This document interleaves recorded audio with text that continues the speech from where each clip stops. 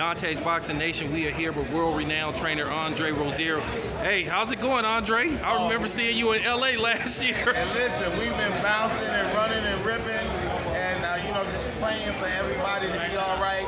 This has been a rough year, and last weekend we lost one of the very, very special greats of professional boxing, Patrick Day, and the sorrow that's in my heart right now for him can't even be explained. I loved him to death. If I had 10 sons, I'd want all 10 of them to be like Patrick Day. Andre, that's a good point. I'm glad you brought that up because, a lot of us guys, we sit behind the TV trying to break down boxing and saying, oh, I can do this and I can do that. Tell people how tough it is and what these fighters go through when they put their life on the line fighting. It's incredible to not realize just how much they are doing to entertain a crowd. This is why I'm so adamant about fighters getting exactly what they deserve. They're putting their lives on the line. There's no way that anybody in the industry should be making more than a fighter. Nobody. As we see, we lost 4 fighters this year. 4. Over the top. It's incredible. Thank you so much. And this is the love of family and boxing. But my thing is this, we have to find a way to make it better, and we will. Because we can't lose anymore our loved ones. We can't. Do you think they need to be some kind of system where maybe the referee can just stop the fight based off certain things? Do you think they need some guidelines? Because sometimes you have fights where they say, well, the referee let it go on too long, and then the referee should have let it go on a little bit longer. Do you think it's some kind of guideline that you think that we should try to find some common ground to where these fighters don't end up, in the board? Because I don't like seeing that, and it hurts when you hear about a fighter losing his life. I agree with you. We have to find a way. We will find a way because there's small lines of tolerance that we have to look at. And you can never tell. A fight could go on and a fighter can leave the ring. A fighter can be victorious and then something happens. We just have to be very, very careful and focused about what we have going on in the ring so that our children are safe. Okay, Andre, I want to ask you a question. Everybody saw the fight between Derby Pacheco and Triple G.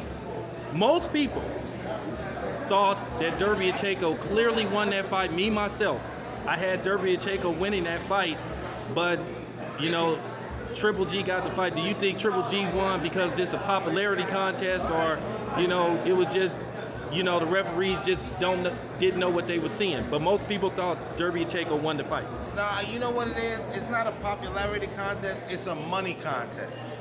It's all about the politics and business of the game. They signed Triple G to a multi-million-dollar deal so that he can fight Canelo.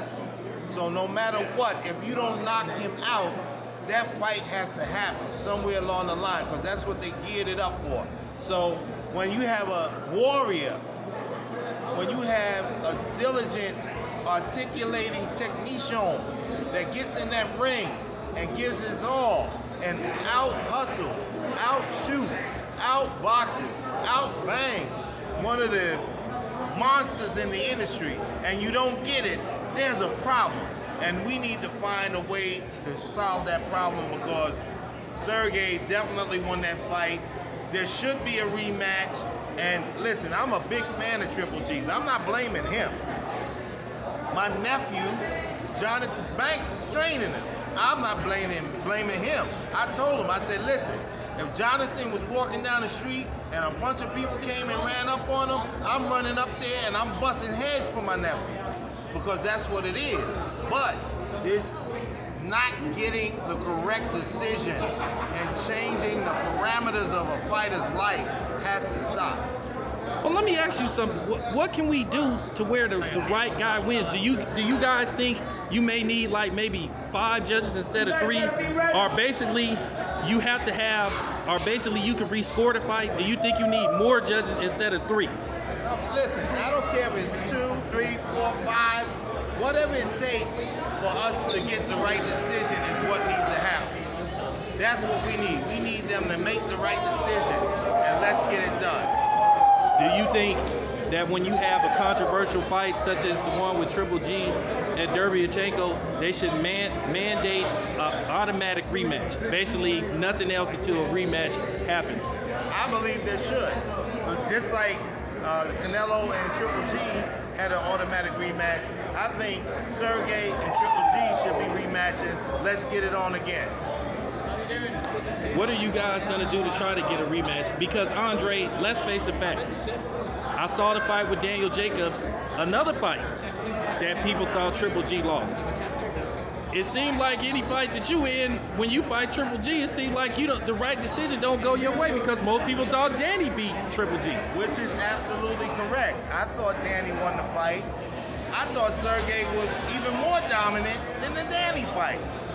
And we're talking about Madison Square Garden, my home. I'm a Brooklynite from New York. What's going on? We need to make some changes. We need to get it right. And all I can do is on my fighter skill to be prepared for that war.